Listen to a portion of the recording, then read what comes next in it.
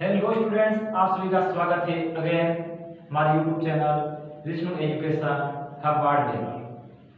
आप सभी का हार्दिक स्वागत एवं अभिनंदन। हम पिछली 3 क्लास के अंदर 3 वीडियो लेक्चर के अंदर देखो लेक्चर नंबर 1 1 नंबर लेक्चर के अंदर यानी पहले वीडियो में हमने पढ़ा था विद्युत 12 नंबर चैप्टर, इसका पहला पार्ट नंबर 1 में हमने पढ़ा था विद्युत धारा के बारे में।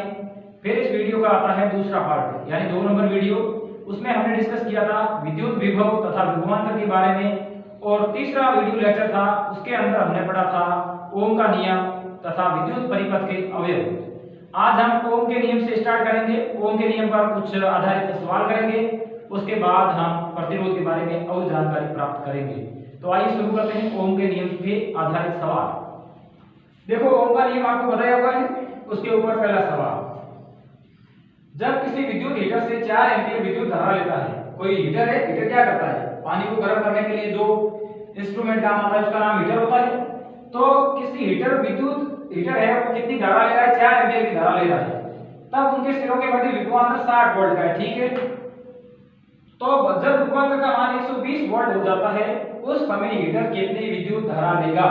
बहुत अच्छा सवाल है, इंपॉर्टेंट है, वोल्ट के पॉइंट ऑफ व्यू से बहुत ज्यादा इंपॉर्टेंट है। ऐसे सवाल आते हैं तो देखो इसके अंदर सिंपल से हम आपको हल कराते हैं। देखो इस सवाल के अंदर ओम का नियम लगेगा क्योंकि विद्युत धारा दी हुई है, विद्युत विभवांतर दिया हुआ है, प्रतिरोध के बारे में जानकारी नहीं है। इसका मतलब ये तो फिर से ओम का नियम लगेगा क्योंकि ओम का नियम क्या बताता है, विद्युत धारा, विद्युत विभवांतर और प्रतिरोध के बीच संबंध कोई नियम बताता है तो वो कौन सा है, ओम का नियम। ओम का नियम आप सबको याद होगा। ओम का नियम क्या होता है, V बराबर I गुणा R, ठीक है, ये होता है ओम का नियम। V है विभवांतर, I है विद्युत धारा, R है रेजिस्टेंस यानी प्रतिरोध। तो ये सूत्र है ओम का नियम। इस सूत्र से आप इस सवाल को कर सकते हैं। देखो इस सवाल के अंदर ध्यान से समझो, पहला क्या बोला है, जब हीटर को स्टार्ट किया जाता है उस समय हीटर 4 एम्पीयर की विद्युत धारा ले रहा है और उस समय विभवांतर दिया हुआ कितना, 60 वोल्ट। इसका अर्थ ये है, हम पहले धारा दी हुई है, विभवांतर दिया हुआ है, यहां से हम क्या निकाल सकते हैं, देखो अगर इन तीन में से ओम का नियम विभवांतर, विद्युत धारा और प्रतिरोध के बीच संबंध स्थापित करता है, अगर इन तीन में से कोई दो राशि दी हो तो तीसरी राशि हम ज्ञात कर सकते हैं। तो देखो विभवांतर कितना दिया स्टार्टिंग में जब हीटर को चालू किया है, 60 वोल्ट, तो V की जगह लिखो 60 वोल्ट का V लिख दो। विद्युत धारा I का मान दिया हुआ, देखो शुरू में कितनी है, 4 एम्पीयर की धारा, ठीक है। फिर अपन को प्रतिरोध नहीं पता है तो हम पहले प्रतिरोध ज्ञात करेंगे क्योंकि विभवांतर और विद्युत धारा दी हुई है हीटर की, लेकिन हमें हीटर का प्रतिरोध नहीं है पता। तो देखो हीटर का प्रतिरोध कितना आएगा, हीटर का प्रतिरोध यहां से इस फॉर्मूले से आ जाएगा। इसको हल करते हैं आगे, देखो 60 दिया हुआ है, 60 का 60 लिख दो, बराबर कितना है, 4 एम्पीयर, 4 गुना R। अब R का मान ज्ञात करना, सिंपल देख लो। तो 4 गुना R है, उस साइड R अकेला छोड़ना पड़ेगा क्योंकि अज्ञात राशि को हम हमेशा सवाल करते समय एक साइड रखेंगे। तो 4 और R आपस में गुणा में है, तो 4 को इस साइड भेजोगे 60 के नीचे यानी भाग में चला जाएगा। तो R का मान कितना आएगा, 60/4। 60/4 का मतलब कितना होगा, इसको हल करो, कितनी 15 बार जाएगा, तो आ गया 15 ओम। 15 क्या आया, R है, R यानी रेजिस्टेंस है, प्रतिरोध, और प्रतिरोध का मात्रा क्या होता है, प्रतिरोध का मात्रा होता है ओम। तो उत्तर आ गया 15 ओम। अभी तक उत्तर नहीं आया है, प्रतिरोध का मान आ गया, लेकिन अपन से प्रतिरोध नहीं पूछा है, सवाल में पूछा है विद्युत धारा। आपको विद्युत धारा तो दी हुई है, लेकिन ये विद्युत धारा उस समय दी है जब हीटर को चालू किया जाता है, उस समय हीटर के अंदर 4 एम्पीयर धारा है। फिर क्या करते हैं, हीटर को एक बार 60 वोल्ट की विभवांतर पर सेट करते हैं, फिर विभवांतर अगला बढ़ा देता है। अगला बोलता है मैं हीटर को 120 वोल्ट के विभवांतर पर चालू करना चाहता हूं, पहले 60 पे किया तो धारा थी 4 एम्पीयर, उस समय हमने प्रतिरोध ज्ञात कर लिया, आ गया 15। एक बात यहां पर बहुत इंपॉर्टेंट है, वो ये है प्रतिरोध। देखो प्रतिरोध मैंने क्या बताया, प्रतिरोध हमेशा देखो चालक का गुण है, ये चालक पे निर्भर करेगा। तो चालक दोनों जगह सेम है, चालक मतलब विद्युत हीटर देखो किसका बना होता है, आयरन का। तो आयरन एक धातु है, तो मतलब ये है अगर चालक जब तक नहीं बदलोगे तब तक आपका प्रतिरोध का मान नहीं बदलेगा। लेकिन विद्युत धारा और विद्युत विभवांतर बदल सकता है क्योंकि अगला खुद बोल रहा है, पहले 60 वोल्ट का विभवांतर आरोपित कर रहा था, अब कितना कर रहा है, 120। लेकिन प्रतिरोध तो दोबारा ही वही रहेगा क्योंकि प्रतिरोध का मान विभवांतर पे निर्भर नहीं करेगा, वो तो किसी पदार्थ का गुणधर्म होता है। कॉपर का वायर ले लो तो उसका प्रतिरोध हमेशा समान रहेगा, चाहे कॉपर के सिरों पर आप 10 वोल्ट आरोपित करो, चाहे आप 20 वोल्ट का विभवांतर आरोपित करो। तो यहाँ से प्रतिरोध का मान आ गया। अब समीकरण 2 नंबर हमें से बनाएंगे। देखो आपको विभवांतर दिया हुआ है, तो अब दो बार दूसरी बार लगाओ ओम का नियम। ओम का नियम दूसरी बार लगाएंगे, V बराबर आई आर। V ये समझाया हुआ है। V का मान दूसरी बार में कितना दिया, तो V का मान दिया देखो 120 वोल्ट, तो लिखो V की जगह 120 वोल्ट। और I कितना है, दूसरी बार धारा पता नहीं है, पहले 4 एम्पीयर थी, अब धारा क्या करना है बताओ, कितनी धारा आरोपित करेंगे इतने विभवांतर पर। I पता नहीं है, चलो ठीक है I का मान I लिख दो। लेकिन प्रतिरोध ज्ञात करो, पता है नहीं है, प्रतिरोध पता है। क्यों, क्योंकि हमने प्रतिरोध को पहले जो जानकारी दी थी सवाल के स्टार्टिंग 2 लाइन में, शुरू की 2 लाइन देखो, यहां से हमने किस ज्ञात कर लिया, इसका मान प्रतिरोध का। और प्रतिरोध का सवाल के जो शुरू में था वही लास्ट करेगा। क्यों, प्रतिरोध यानी कि वो चालक तो वही है, हीटर है, हीटर लोहे का बना हुआ है, पहले भी और बाद में भी वो लोहे का ही है। उसने तो क्या किया है, केवल और केवल विभवांतर का मान बदला है, लेकिन प्रतिरोध का मान तो विभवांतर पर निर्भर भी नहीं करता है। इसका मतलब ये है जब तक चालक नहीं बदलोगे तब तक आपका प्रतिरोध नहीं बदलेगा, चालक वही है। आगे देखो, तो यहाँ पे लिख दिया। अब R का मान बताओ 15 ओम। तो यहाँ से देखो अब I बराबर कितना आ जाएगा, 120 बटा कितना आएगा बोलो 15।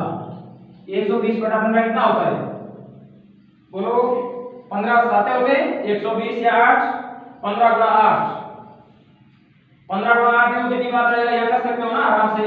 120 के अंदर भाग देना है, 120 के अंदर भाग दो या फिर ऐसे चेक करो ना आप। तो 8 × 40 असल लगी 4, 8 और 4 12, अर्थात कितना उत्तर आएगा, सिंपल 8 एम्पीयर।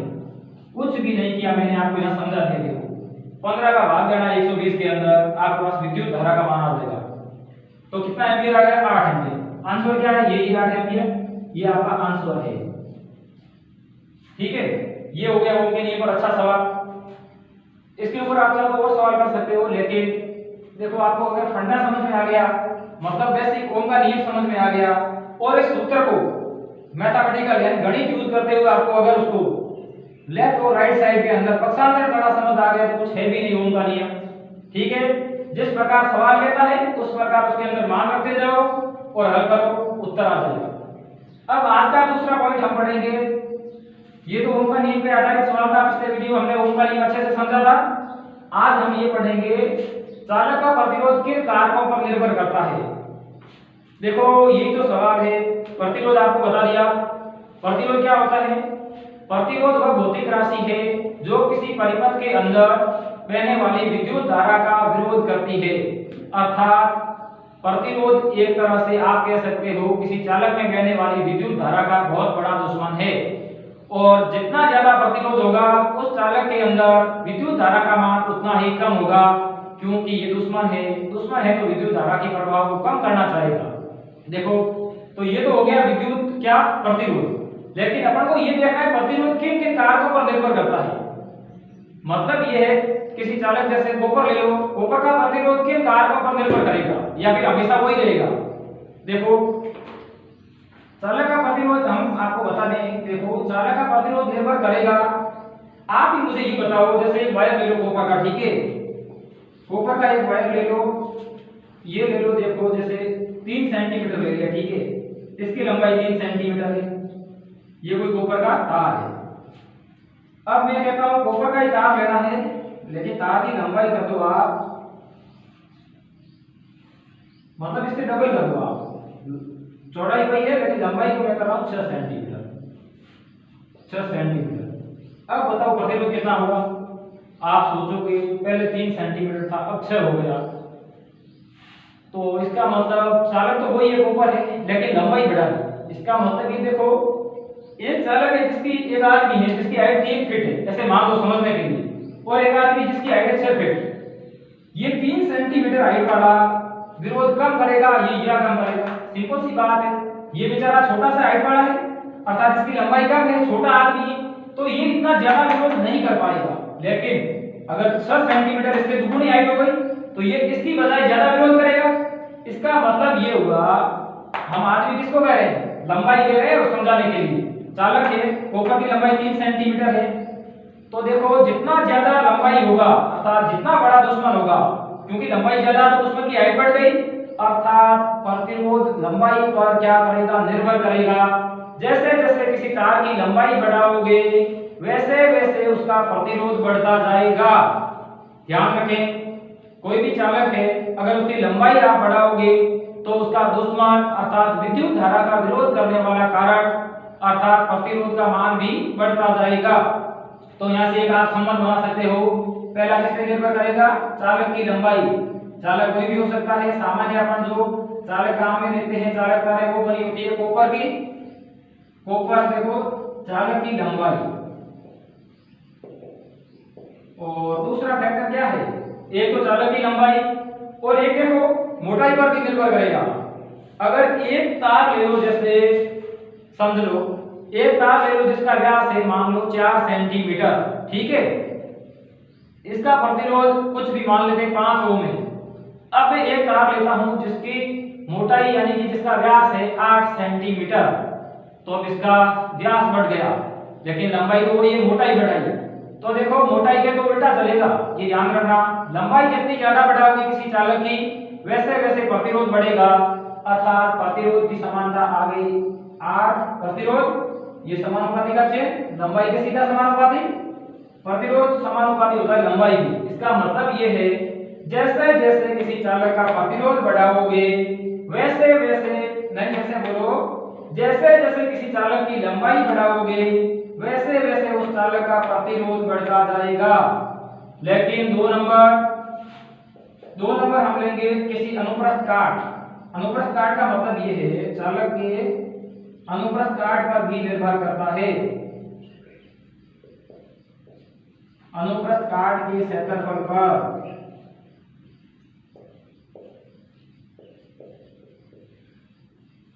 ठीक है, 1 नंबर चालक की लंबाई, 2 नंबर चालक के अनुप्रस्थ काट का क्षेत्रफल। अनुप्रस्थ काट के क्षेत्रफल का मतलब सिंपल से आप समझ सकते हो, अनुप्रस्थ काट के क्षेत्रफल का मतलब है चालक की मोटाई से। अगर जितना ज्यादा मोटा चालक होगा उसका प्रतिरोध उतना ही कम। सिंपल समझो, एकदम आसान, इंटरेस्टिंग। एक मोटा आदमी बहुत बड़ा, जैसे 200 क्विंटल 200 केजी का 200 किलोग्राम का आदमी है, बहुत मोटा है, और एक आदमी है 50 किलोग्राम का। अब बताओ कौन सा आदमी किसी से लड़ाई करेगा, जीतने की संभावना ज्यादा किसकी है, 50 या 60 किलो का। एक है 200 किलोग्राम का, 200 किलोग्राम वाला आदमी तो देखो वो हिल भी नहीं पाएगा। मतलब अगर उसको किसी से भिड़ना भी पड़ गया मान लो, तो वो कैसे भिड़ेगा, दौड़ नहीं पाएगा, भाग नहीं पाएगा, तो इसका मतलब वो विरोध अच्छे से नहीं कर पाएगा।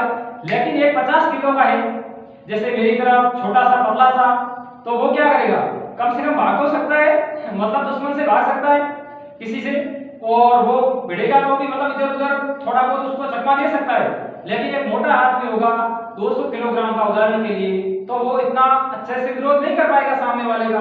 सेम ऐसे ही अगर कोई वायर बहुत मोटा है अर्थात बहुत बड़ा है, जिसका अनुप्रस्थ काट का क्षेत्रफल ज्यादा है, तो वो विरोध कम कर पाएगा। अर्थात मोटे काट वाले यानी कि ज्यादा अनुप्रस्थ काट वाले क्षेत्रफल वाले चालक का प्रतिरोध कम होगा। लेकिन अगर आप देखो एक पतला तार है, अनुप्रस्थ काट का क्षेत्रफल अर्थात कम मोटाई वाले चालक का प्रतिरोध क्या होगा, ज्यादा, क्योंकि वो अच्छे से विरोध कर सकता है। बड़ा आदमी होगा अर्थात बड़ा चालक यानी जिसका अनुप्रस्थ काट बहुत बड़ा हो, यानी बड़े अनुप्रस्थ काट वाले क्षेत्रफल वाला चालक, या फिर उसका प्रतिरोध चालक का क्या होगा, बड़ा है, तो उसका विरोध नहीं कर पाएगा, अच्छे से नहीं कर पाएगा, तो उसका क्या हो जाएगा, प्रतिरोध कम हो जाएगा। इसका मतलब ये होगा किसी चालक का प्रतिरोध उसके अनुप्रस्थ काट यानी कि उसकी मोटाई के सीधा समानुपाती या फिर वेग समानुपाती। बताओ, सिंपल है। अगर मैंने क्या बोला, मोटा, मोटे का मतलब अनुप्रस्थ काट क्षेत्रफल ज्यादा, क्षेत्रफल ज्यादा तो उसका विरोध कम कर पाएगा, मोटा आदमी विरोध कम कर पाएगा, भाग नहीं पाएगा।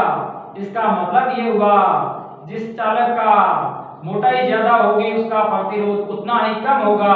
अर्थात किसी भी चालक का क्षेत्रफल अर्थात उसकी मोटाई प्रतिरोध के व्युत्क्रमानुपाती होती है। अर्थात देखो हम इसको इस प्रकार लिख सकते हैं, प्रतिरोध को अगर मैं R से लिखूं, क्षेत्रफल को A से लिखूंगा, व्युत्क्रमानुपाती के चिन्ह को इस प्रकार लिख सकते हो, नीचे हर के रूप में लिखा जाता है, ये सब जानते हो। प्रतिरोध विद्युत समानुपाती है एरिया।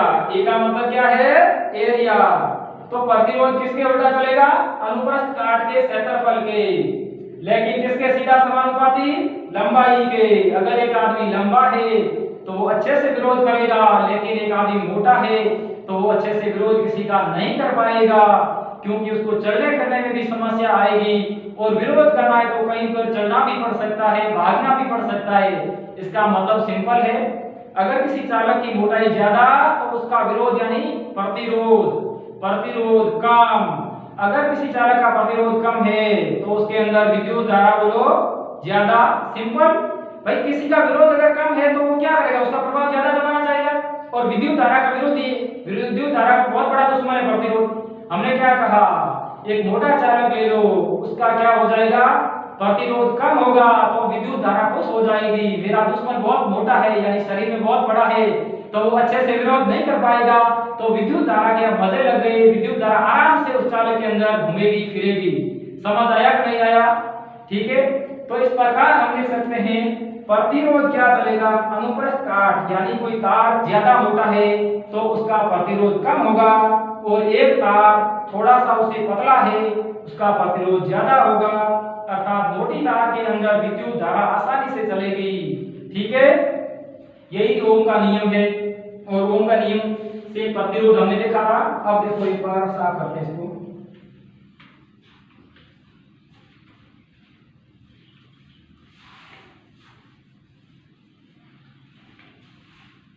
बस आप तो इसको देखते रहिए, बहुत इंटरेस्टिंग है, आपको कुछ भी याद करने की जरूरत नहीं है। आप इस वीडियो को अच्छे से देख लेना और एक बार कॉपी और पेन लेके इसके साथ साथ जो समझा रहे हैं वो आराम से लिख देना। परमानेंट मेमोरी में याद हो जाएगा, कभी नहीं भूल पाओगे, लाइफ टाइम में लॉन्ग टर्म मेमोरी में चला जाएगा आपके लिए। ठीक है, तो देखो 2 नंबर हो गया। अब तीसरा, किसी चालक का प्रतिरोध कौन किन बातों पर निर्भर करेगा?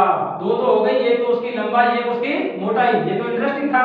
अब तीसरा फैक्टर आता है, यानी तीसरा कारक आता है, वो क्या है? तीसरा कारक ढंग से देखो, तीसरा कारक होगा आपका तापमान। क्या? तापमान। अब ये देखो तापमान पे किस प्रकार निर्भर करेगा? हमारे यहाँ क्या है, सामान्य तापमान मतलब 40 डिग्री या 37 डिग्री ये रहता है, 35 से 40 के बीच, गर्मी में थोड़ा ज्यादा रहता है। लेकिन अगर हम बहुत ज्यादा तापमान किसी चालक का, जैसे एक कॉपर का वायर है, इसका तापमान मान लीजिए 50 डिग्री सेंटीग्रेड तक ये सहन कर सकता है।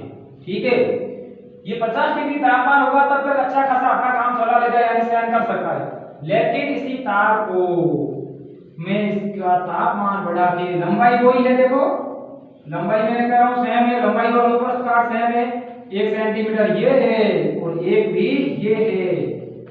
अनुप्रस्थ काट भी इसका ले लो 2 सेंटीमीटर स्क्वायर, क्योंकि क्षेत्रफल में स्क्वायर आता है हमेशा, और इसका भी क्षेत्रफल वही है।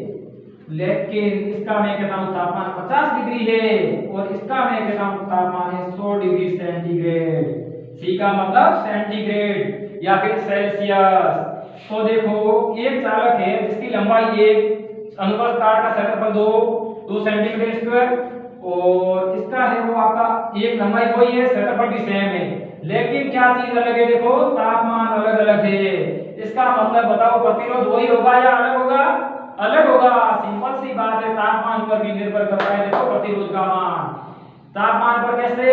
जैसे जैसे तापमान किसी का बढ़ाओगे उसको गुस्सा ज्यादा आएगा, अर्थात बहुत विकराल रूप ले लेगा कोई दुश्मन। इसका मतलब ये हुआ किसी का तापमान बढ़ा हुआ है, इसका मतलब वो बहुत अच्छा खासा विरोध कर सकता है। किसी ने किसी का तापमान अगर बढ़ा दिया ना, फिर उसको कंट्रोल करना मुश्किल हो जाता है। इसका मतलब ये तापमान बढ़ाना यानी किसी के आग लगाना, और आग कितनी भयंकर फैलती है, आग का रूप कितना विकराल होता है, यहाँ से आप याद कर सकते हो।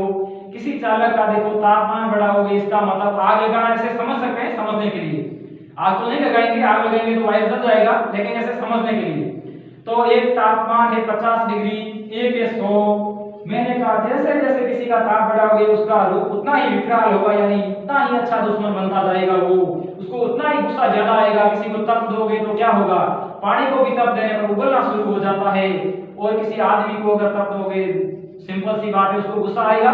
तो ये हम याद करने के लिए आपको सिंपल सी ट्रिक्स बता रहे हैं। ठीक है, तो देखो एक ये है कॉपर का वायर, इसका आदमी का मतलब कॉपर का वायर यहाँ से तो वही है, तो कॉपर का वायर है जिसका तापमान है 50, एक कॉपर का वायर है जिसका है 100 डिग्री। बताओ प्रतिरोध किसका ज्यादा होगा? तापमान बढ़ाने पर प्रतिरोध का मान भी क्या होगा? बढ़ता जाएगा। तो इसका मतलब ये है इसका प्रतिरोध कम होगा, कम मतलब नीचे ऐसे लगा दिया, और इसका प्रतिरोध बहुत ही ज्यादा होगा, यानी कि इससे लगभग दुगुना होगा, क्योंकि तापमान भी क्या है? दुगुना। ये समझ आ गया? उम्मीद करते हैं अच्छे से समझ आया होगा। अगला पॉइंट देखो, इसको हम साफ करते हैं भी।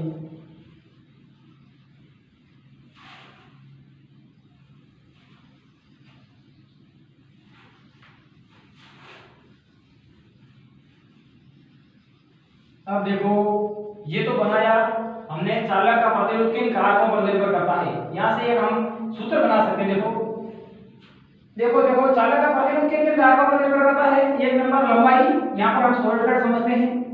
तो देखो प्रतिरोध को मैं आर से लिख दूं, आर रेजिस्टेंस समानुपाती लंबाई, और उल्टा चलता है किसके? ये इक्वेशन समीकरण एक नंबर मान लो। एक है समी आर, आर का मतलब वही प्रतिरोध। यहाँ क्षेत्रफल की निर्भरता बता रहा हूं, तो क्षेत्रफल नीचे आएगा क्योंकि क्षेत्रफल के उल्टा चलता है, अर्थात मोटा वायर तो उसका अनुप्रस्थ काट यानी उसके मोटा क्षेत्रफल अंदर का ज्यादा, तो उसका प्रतिरोध क्या हो जाएगा? कम। अगर क्षेत्रफल कम तो प्रतिरोध ज्यादा, ये उल्टा चलता है। ये समीकरण नंबर 2। और ध्यान से देखो तो समीकरण के इधर भी आर इधर भी आर, इसका मतलब हम समीकरण दोनों को बराबर कर सकते हैं। तो यहाँ से एक सिंपल देखो, आर बराबर कोई भी समीकरण के अंदर पहले तो आप समानुपाती रहना दो। चलो ये आर समानुपाती है लेंथ यानी लंबाई एल के, एल का मतलब LENGTH लेंथ है लंबाई, और उल्टा चलता है इसके क्षेत्रफल के, तो नीचे लिख दो एरिया, ये मतलब एरिया। लेकिन अब समानुपाती का चिन्ह हटाना पड़ेगा। अगर कोई सूत्र बनाओगे तो समानुपाती चिन्ह को हटाना है तो उसकी जगह कोई न कोई एक क्या आएगा? कोई शब्द आएगा नया, जिसे हम कहते हैं नियतांक। क्या कहते हैं? नियतांक। तो यहाँ नियतांक क्या लगाएंगे? देखो मैं बता दूं, यहाँ पर आर समानुपाती चिन्ह को मैं हटाना चाहता हूँ ताकि एक अच्छा सूत्र बन सके। यहाँ समानुपाती आएगा रो, इसको क्या कहते हैं? रो। एक शब्द है, ये प्रतीक है, रो कहते हैं। आगे देखो गुणा L बटा A, ये सूत्र बन गया R बराबर रो L बटा A। रो क्या होता है वो देखो, R सबको पता है, R मतलब प्रतिरोध, L मतलब लंबाई, A मतलब एरिया, लेकिन रो का नहीं पता। तो आइए अब रो के बारे में जानकारी प्राप्त करते हैं। यहाँ रो का मतलब होता है प्रतिरोधकता। ये एक तरह से प्रतिरोध की बड़ी बहन है, ऐसे समझ सकते हो। प्रतिरोधकता नाम से ऐसा लग रहा है क्या कुछ? ये एक मेल है यानी पुल्लिंग है, और प्रतिरोधकता स्त्रीलिंग सा लग रहा है, थोड़ा बहुत फील आ रहा होगा। तो इसको हम ये मान सकते हैं प्रतिरोध की बड़ी बहन है, अर्थात इसको कहेंगे प्रतिरोधकता। प्रति शब्द आ गया, इसको मतलब यही पक्का है, करेगी तो विरोधी करेगी, क्योंकि बहन उसकी है जो बहुत बड़ा दुश्मन है विद्युत धारा का। अगर भाई किसी का बहुत बड़ा दुश्मन है तो उसकी बहन भी थोड़ी बहुत तो कम से कम होगी, या तो भाई के बराबर होगी, थोड़ी बहुत कम ज्यादा हो सकती है, इतना पक्का है वो भी दुश्मन तो होगी ही होगी। क्योंकि भाई अगर किसी का विरोध करेगा तो उसकी सिस्टर को भी थोड़ा बहुत विरोध तो करना पड़ेगा। देखो मतलब मैंने क्या बोला, रो को ऐसे समझ लो ये क्या है? प्रतिरोध की बहन है। अब देखो रो का मतलब प्रतिरोधकता, इसका दूसरा नाम आप लिख सकते हो या विशिष्ट प्रतिरोधक, विशिष्ट प्रतिरोध। देखो मैंने क्या बोला, इससे हम इसे समझ सकते हैं ये प्रतिरोध की बड़ी बहन है। प्रतिरोध छोटा है वो विरोध करता है तो ये तो करेगी, और इसका दूसरा नाम विशिष्ट प्रतिरोध। इसने भी अपने भाई का नाम साथ में रख दिया। प्रतिरोध तो भाई का नाम विशिष्ट है, उससे भी थोड़ी वो अलग है, एडवांस टाइप है, बहुत अलग है इसके। देखो ये तो बार बेचारा क्या था? प्रतिरोध था, लेकिन ये विशिष्ट है। विशिष्ट यानी स्पेशल है, स्पेशल रेजिस्टिविटी। तो ये तो स्पेशल हो गई, और भी इसका मतलब ये स्पेशल है तो ये तो और भी बर्दाश्त नहीं करेगी किसी से दुश्मनी, और ज्यादा दुश्मन बनेगी। इसका मतलब ये भी विद्युत धारा के लिए तो फिर पंगा आ गया, दो दुश्मन, एक भाई और एक बहन। तो इसका मतलब विद्युत धारा के लिए अब एक और चीज आगे विरोध में खड़ी होगी, वो कौन है? प्रतिरोध की सिस्टर है प्रतिरोधकता। ये विशिष्ट प्रतिरोध कहलाता है। अब ये भी किस पे निर्भर करेगी? तो यहाँ से देख लो, ये भी सेम पदार्थ पे निर्भर करेगी, अर्थात कोई चालक किस पदार्थ का बना है। अगर कॉपर का वायर बना है, कॉपर का प्रतिरोधकता यानी विशिष्ट प्रतिरोधकता अलग होगी। अगर कोई वायर सिल्वर का बना है तो उसकी अलग होगी। अगर कोई वायर आयरन यानी कि लोहे का बना है तो उसकी प्रतिरोधकता अलग होगी। तो हम कह सकते हैं कि प्रतिरोधकता निर्भर करती है पदार्थ की प्रकृति पर। अच्छा, पदार्थ की प्रकृति, जैसे एक कॉपर होता है, इसकी प्रतिरोधकता का मान ज्यादा नहीं होता है, कम ही होता है, इसका मतलब कॉपर एक अच्छा चालक बन सकता है। बोलो क्यों? क्योंकि प्रतिरोधकता मतलब एक प्रतिरोध की बहन यानी दुश्मन है, ये भी एक तरह से। इसका मान मैंने क्या कहा, कॉपर के लिए कम है, और अच्छा चालक बनने के लिए उसके अंदर अच्छी सी खासी विद्युत धारा बहनी चाहिए। इसका मतलब उसका प्रतिरोध और प्रतिरोधकता यानी दोनों दुश्मन कम होने चाहिए। इसका मतलब कॉपर को हम काम में ले सकते हैं एक चालक तार बनाने के लिए। और आपने देखा होगा घर के अंदर पतले पतले वायर जो काम में आ रहे हैं वो किसके बने होते हैं? तांबे के। तांबे को ही तो कॉपर कहते हैं, कॉपर यानी तांबा ही तो होता है। तो तांबे के क्यों बनाए जाते हैं, समझ आया? लोहे के क्यों नहीं बनाए जाते वो वायर वगैरह पतले वाले? क्योंकि लोहे का अच्छा खासा प्रतिरोध भी होता है और प्रतिरोधकता भी काफी होती है। इसका मतलब ये लोहे की बजाय किसके अंदर अच्छे से विद्युत धारा चलेगी?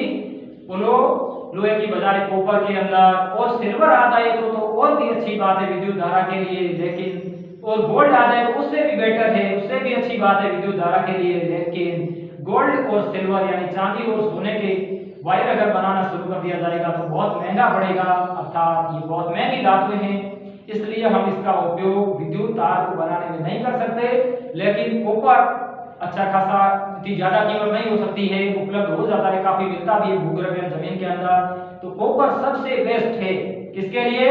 किसी भी विद्युत तार को बनाने के लिए सबसे अच्छा पदार्थ कौन सा है? कॉपर। कॉपर धातु है और सभी धातुएं लगभग क्या है? विद्युत की अच्छी चालक होती है। लेकिन कॉपर, सिल्वर, गोल्ड ये तो कहती है हमारे अंदर धारा कितनी बह डालो हम विरोध नहीं करेंगे। गोल्ड का प्रतिरोध बहुत ही कम होता है, प्रतिरोधकता भी बहुत कम होती है, इसका मतलब विद्युत धारा बहुत ही ज्यादा। क्योंकि दुश्मन अगर इतना ज्यादा अच्छा काम नहीं कर रहा है, दुश्मन है ही नहीं, एक तरह से बहुत छोटा सा दुश्मन है कॉपर और सिल्वर और गोल्ड में, इसका मतलब उसके अंदर विद्युत धारा आराम से चलेगी, उसका विरोध करने वाला कोई नहीं है। इसका मतलब जो दैनिक जीवन में हम देखते हैं, जो लाइट के अंदर जो वायर बनाए जाते हैं पतले वायर, वो किससे बनाए जाते हैं? सामान्यतः कॉपर के बनाए जाते हैं। कॉपर का क्या होगा? प्रतिरोध कम होगा, प्रतिरोधकता भी कम होगी, चालकता यानी विद्युत धारा अच्छे से बहेगी। तो इसीलिए हम क्या बनाएंगे? कॉपर के विद्युत तार वगैरह ये बनाए जाते हैं, यही कारण है। ठीक आया कि नहीं आया? अब देखो ये तो हो गया, ये सूत्र बन गया। तो रो का मतलब विशिष्ट प्रतिरोधकता, और रो निर्भर करता है, देखो यहाँ पे लिख देता हूँ, रो यानी प्रतिरोधकता, ये पदार्थ की प्रकृति अर्थात कौन सा पदार्थ आप काम में ले रहे हो, यानी किसका वायर आप काम में ले रहे हो, लोहे का या कॉपर का या चांदी का या सोने का। क्या पता आप बहुत बड़े अमीर हो और सोना का वायर बनाना चाहते हो अपने घर के अंदर फिटिंग में, तो हो सकता है सिल्वर का लगा लो। तो सिल्वर है तो उसकी प्रतिरोधकता यानी उसकी दुश्मन थोड़ा कम होगा, कॉपर है तो उसका भी कम होगा। लेकिन लोहा है, ये मैग्नीशियम, सोडियम, ये धातुएं क्या है? इतनी अच्छी चालक नहीं है, क्योंकि इसका प्रतिरोध काफी ज्यादा होता है। इसका मतलब ये है उसके अंदर वायर खुद भी खुद को खा जाएगा, यानी कि वायर के अंदर धारा जैसे ही बहनी शुरू होगी, बेचारे का विरोधी विरोध बैठा है, तो फिर वो आगे चल नहीं पाएगी, अर्थात हमारे घरों तक कैसे पहुंच पाएगी विद्युत सप्लाई, या फिर स्विच से पंखे तक कैसे पहुंच पाएगी। अगर हमने किसी बहुत ज्यादा प्रतिरोध वाली धातु का अगर हमने वायर बना दिया तो उसके अंदर बहुत बड़े बड़े दुश्मन होंगे, तो वो धारा नहीं पहुंच पाएगी, और विद्युत धारा नहीं पहुंच पाएगी किसी पंखे के पास, किसी बल्ब के पास, किसी फ्रिज के पास, तो वो चालू कैसे होंगे? नहीं हो सकते। इसका मतलब ये है हमें इस प्रकार का चालक बनाना चाहिए जिसका प्रतिरोध भी कम हो और प्रतिरोधकता भी क्या हो? कम हो। तो जो सामान्य तौर पर जो चालक काम में लिए जाते हैं वो किस धातु के लिए जाते हैं? कॉपर के। क्यों? क्योंकि कॉपर का प्रतिरोध भी कम, प्रतिरोधकता भी कम, विद्युत चालकता बहुत अच्छी। अब देखो रो यानी प्रतिरोधकता, ये निर्भर करती है देखो पदार्थ की प्रकृति, पदार्थ क्या है, और एक ये भी तापमान पर करेगी, तापमान पर इसका भाई निर्भर, जिस प्रकार भाई करेगा उस प्रकार सिस्टर करने की कोशिश करेगी। तो तापमान बढ़ाने पर R बढ़ रहा था तो उसकी सिस्टर यानी कि विद्युत प्रतिरोधकता ये भी बढ़ेगी। तो तापमान बढ़ाने पर क्या बढ़ेगी? प्रतिरोधकता भी बढ़ेगी और प्रतिरोध भी बढ़ेगा। ये आज का था पॉइंट आपके। अब देखो इसके आधार पर एक उदाहरण हम सॉल्व करते हैं।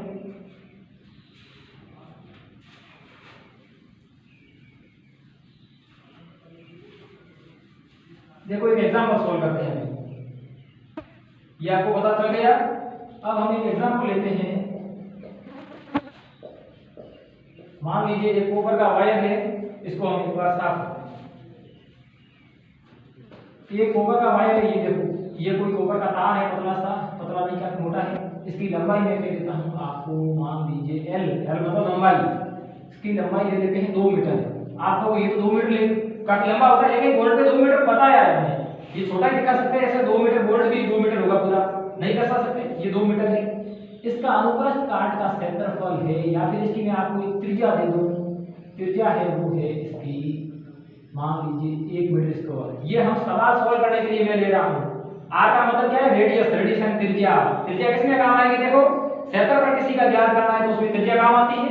और तार है, तार का क्षेत्रफल भी सेम ऐसे ही ज्ञात किया जाएगा जिस प्रकार वृत्त का क्षेत्रफल ज्ञात करते हैं, और तार भी एक तरह से एक सिरा उसका वृत्त जैसा होता है, नहीं होता है गोला का, तो तार का क्षेत्रफल की जरूरत पड़ेगा। तो क्या सूत्र लगाओगे, पाई आर स्क्वायर। ये क्या है, ए का सूत्र। एरिया दे दिया, मतलब त्रिज्या दे दी, इसका मतलब क्या दे दिया, एक तरह से क्षेत्रफल दे दिया, लंबाई दे दी, और इसका प्रतिरोध को दे देता है आपको 10 ओम। अब आपसे पूछता है बताओ प्रतिरोधकता कितनी होगी। भाई का मान दे दिया और बहन का कितना होगा। भाई की ताकत तो 10 है, तो बताओ बहन की कितनी होगी, ये पूछ रहा है। भाई की ताकत कितनी है, कोई 10 संख्या है, 10 है, तो प्रतिरोधकता कितनी होगी। तो अच्छा सूत्र है, देखो सिंपल है, R बराबर क्या बताया था, R का सूत्र अभी वही बन गया था, रो गुणा L बटा A।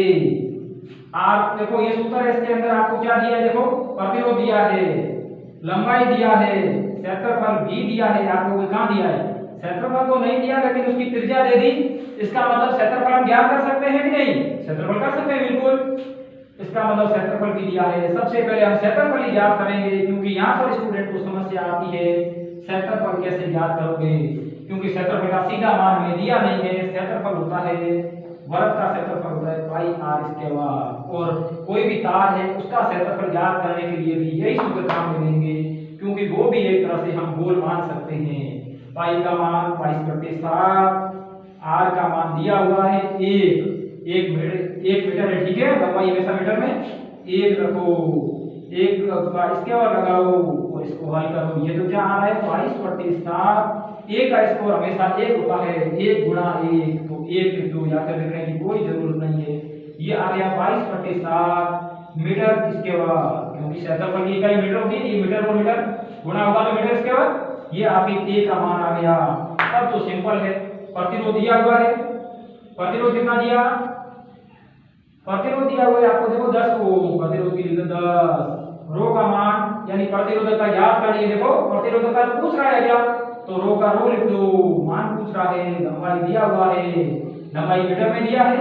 हमेशा कोई भी सवाल करते समय सभी इकाइयां SI इकाई में रखना है, सभी भौतिक राशि की इकाई, लंबाई की SI मात्रक मीटर और प्रतिरोध का ओम, तो यहाँ पर ओम लिख सकते हो 10 ओम। रो पता नहीं है, लेकिन क्षेत्रफल अभी ज्ञात किया है, कितना है 22/7, क्षेत्रफल की जगह 22/7। अब ज्यादातर को ये सॉल्व करना भी नहीं आता है। देखो इसको सॉल्व किस प्रकार करेंगे, प्रतिरोध का मान दिया हुआ है, प्रतिरोध 10, ये 22/7 पूरा दोनों 22 और 7, यानी 22/7 नीचे है, इसको इस साइड गुणा में ले जा सकते हैं, ये भाग में है, 2 के नीचे है, तो इसको इधर ले जाओ 22/7, ठीक है। तो इस साइड रो बराबर आ गया, इसको इधर गुणा में ले गया, 10 गुणा 22/7, अब यहाँ क्या बचा, रो गुणा 2 मीटर। अब बताओ अपन को तो रो का मान ज्ञात करना है, तो जिस राशि का मान ज्ञात करना है उसको एक साइड रहने दो और बाकी वाली संख्या को इस साइड लाओगे, ये इसके साथ गुणा में है। तो आगे देखो यहाँ करते हैं 10 का 10 गुणा कितना है 22/7 बराबर, अब गुणा में 2 नीचे आ जाएगा, इधर गुणा में है तो यहाँ पर मैं 1/2 लिख सकता हूँ बराबर रो। इसको हल करोगे तो आपका मान आ जाएगा, देखो 2 से इसको काटो 5 बार, 22 पंजे 110, 22 गुणा 5/7, इसको हल करो, 22 गुणा 5 कितना होता है 10 और असल 1, 10 और 11, 110/7। किसका मान आया, प्रतिरोधकता, और प्रतिरोधकता किसका गुणा होता है, प्रतिरोध और लंबाई, तो इसका मान लगा जाता है ओम मीटर, ओम और मीटर की जोड़ बीच में। तो देखो इसका मान कितना आया, प्रतिरोधकता का मान देखो यहाँ से इस प्रकार किया, रो का मान आ गया आपके 22 गुणा 5/7, इसको हल करोगे तो आएगा 110/7 ओम मीटर। और इसको अगर भाग दोगे तो कर सकते हो, 7 एक बार रहेगा, 40 के अंदर 5 बार और पीछे 5 बचेगा, यानी कि 15.7 ओम मीटर। ये इसका मात्रक बताए ओम गुणा मीटर, इसका प्रतिरोधकता। तो ये आपके पास आ गया प्रतिरोधकता का मान। ठीक है, तो हमने अभी तक आपको इस विद्युत वाले चैप्टर के अंदर विद्युत धारा पहला वीडियो, दूसरा वीडियो पढ़ा था विद्युत विभव और विभवांतर, तीसरा वीडियो में हमने पढ़ा था ओम का नियम, तीसरा वीडियो के अंदर ओम के नियम के ऊपर सवाल तथा प्रतिरोध की निर्भरता, यानी किसी चालक का प्रतिरोध किस पर निर्भर करेगा, ये पढ़ा है। अगला वीडियो बहुत इंपॉर्टेंट है, बोर्ड में वहां से सवाल आएगा, वो हम पढ़ेंगे। यही प्रतिरोध है, लेकिन इस प्रतिरोध का सरलीकरण संयोजन तथा समांतर क्रम संयोजन। तब तक के लिए थैंक यू। जय हिंद, जय भारत।